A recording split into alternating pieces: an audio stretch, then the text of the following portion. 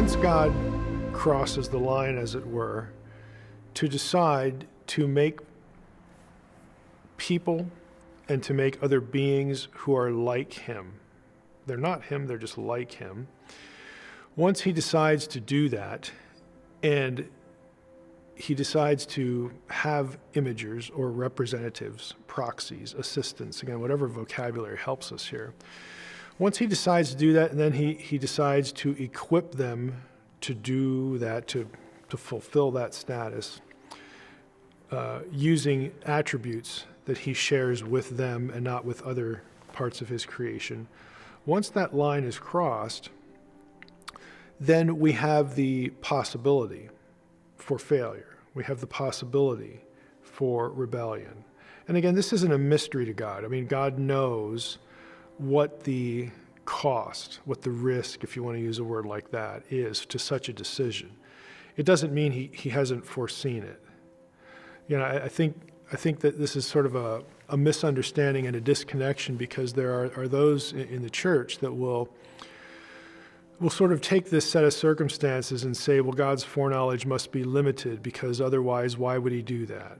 You know, we'll see a necessary link between foreknowledge and predestination. Why would God do this? There is no necessary link between foreknowledge and predestination. Even the Reformed creeds, who are sort of get the reputation for being the biggest predestinarians. If you say God knows all things, real and possible, it's just a classic creedal statement.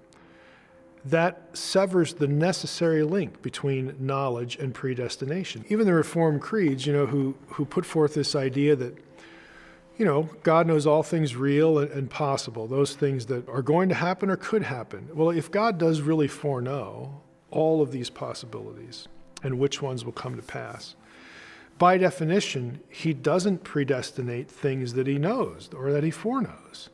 Because if he foreknows a possibility, every possibility can't come to pass. Then they'd all be actualities. I mean, it's a very obvious thing to see that there's not a necessary connection between foreknowledge and predestination. Now, there could be. God is perfectly free to predestinate something that does happen, but the fact is still that he knows everything that could, and since all those things don't happen, ergo, by definition, he didn't predestinate them. So what we're talking about is the necessary link. So, when you get into that and you start to realize really what this means is that God creates a heavenly host. He creates a human family. He shares his attributes with them so that they can image him, they can represent him.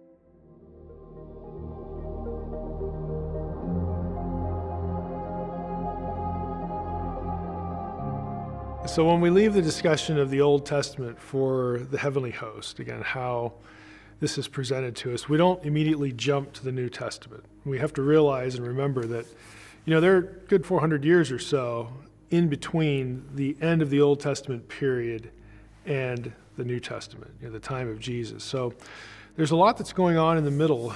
We refer to that sort of popularly as the intertestamental period, because you've got Old Testament, New Testament, then there's this in-between period. Scholars refer to this as the Second Temple period, and for logical reasons. At the end of the Old Testament period, they rebuild the temple that had been destroyed by the Babylonians, and then that is used for a long time. It actually gets destroyed in 70 AD, but for round numbers, 400 to 100 AD, 400 BC, 100 AD, that's the Second Temple period in the way academics talk about it. And in that period, you have serious people who take the Hebrew Bible as inspired, sacred literature. And they're looking at it, they're studying it, and they're writing about it. They're looking at the data points of the text, and they're trying to put things together. What does this mean? How does this work? What are we being taught here? And of course, they're doing it too, to contextualize it in their own time, because they've just emerged from the exile. So they have questions about, when's the Messiah going to come? When are we really going to get out of exile? Because only 2 tribes are out, and the prophets talked about all 12 tribes being restored. So what's going on here? What does all this mean? So they're trying to follow trajectories that are in the Old Testament through their own period, and just sort of, try to figure out what God is trying to teach them through the scriptures. And if you think about it that way, we do that too. We do that all the time.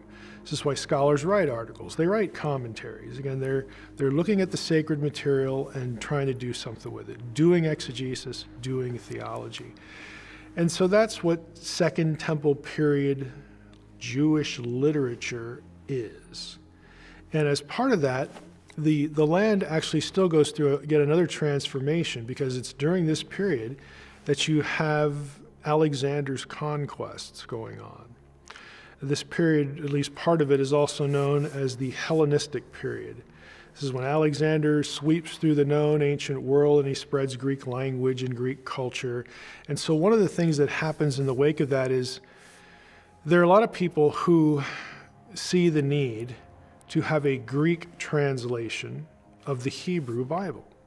And so they do that. They produce that translation. It becomes known as the Septuagint, the LXX, that's the abbreviation for it.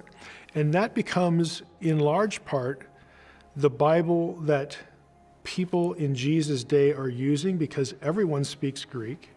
Even the Jewish people, they don't necessarily speak or even read Hebrew. Now, the priestly class certainly does.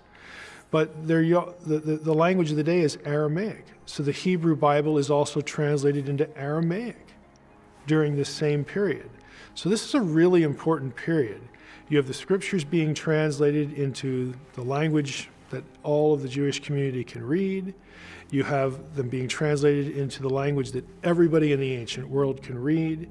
So it's really significant. So you have that, and then you have, again, a lot of academic, religious, scholarly books being produced about the message and the teaching of the Old Testament.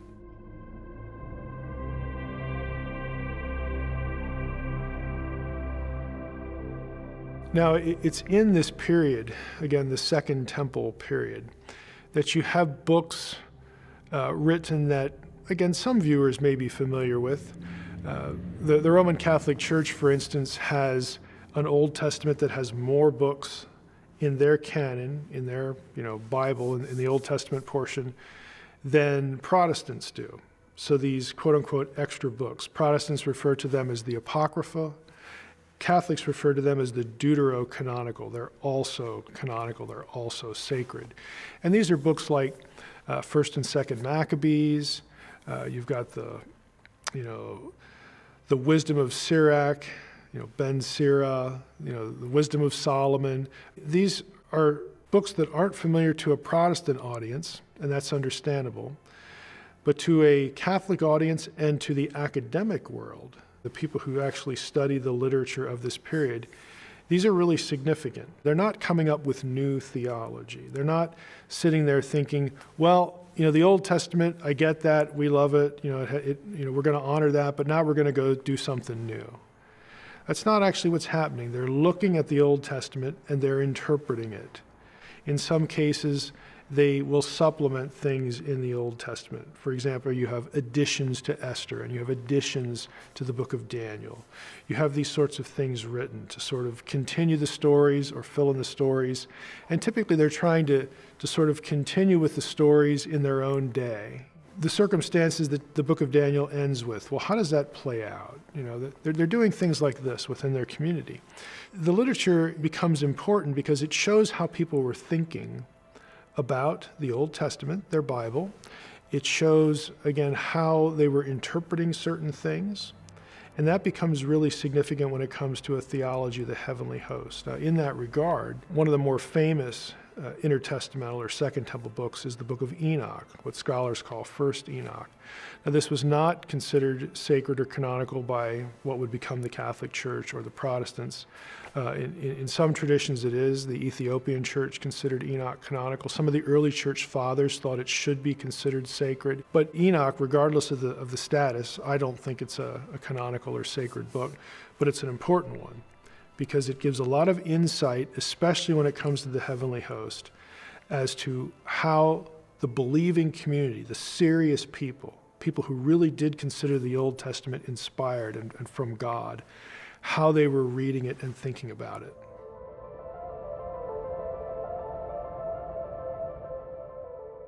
Now, for people who study Second Temple period literature, and for those who take the time to read it, invariably you're going to come across sort of a scholarly notion. I would almost want to call it a scholarly myth, that during the intertestamental period, there was a resistance to some of the vocabulary or the ideas about the heavenly host in the Old Testament. It's very common within sort of secular academic circles to say things like this. Well, in the Old Testament we have God, and God has a council or a court or an assembly. And the terminology for the members of that assembly in some passages is Elohim, okay?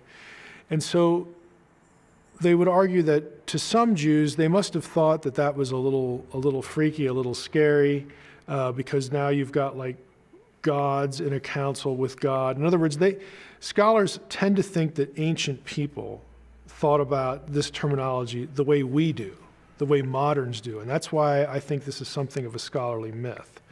It's a little personal to me because I actually did my dissertation on this topic. And I say it's a myth because, really fundamentally, for two reasons.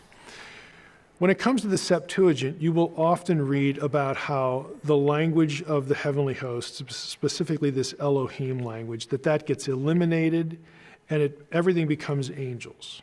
Now, in one sense, yeah, a lot of the terminology does get funneled into the term angel. Okay, that much is true. But what you're not being told is there are a lot of places in the Septuagint, in fact, the vast majority of places in the Septuagint translation of the Hebrew Bible that don't do that. They retain a very literal reading, sons of God, or theoi, gods. So if you actually look at the Septuagint for all of the places where the Greek translator could have taken the language of divine plurality and then neutralized it to angels, basically 75-80% of the time they don't do that. So overwhelmingly, it's actually the opposite kind of what scholars are saying. The other reason why I think this is a myth and that it's important to bring up is the Dead Sea Scrolls. Since they're part of the Second Temple period, the material there that isn't biblical, they spend a lot of time talking about the heavenly host. Some books are just dominated by it. If you actually look at the terminology in the Dead Sea Scrolls, there are roughly 180 instances of plural Elohim, or B'nai Elohim, sons of God, in those texts.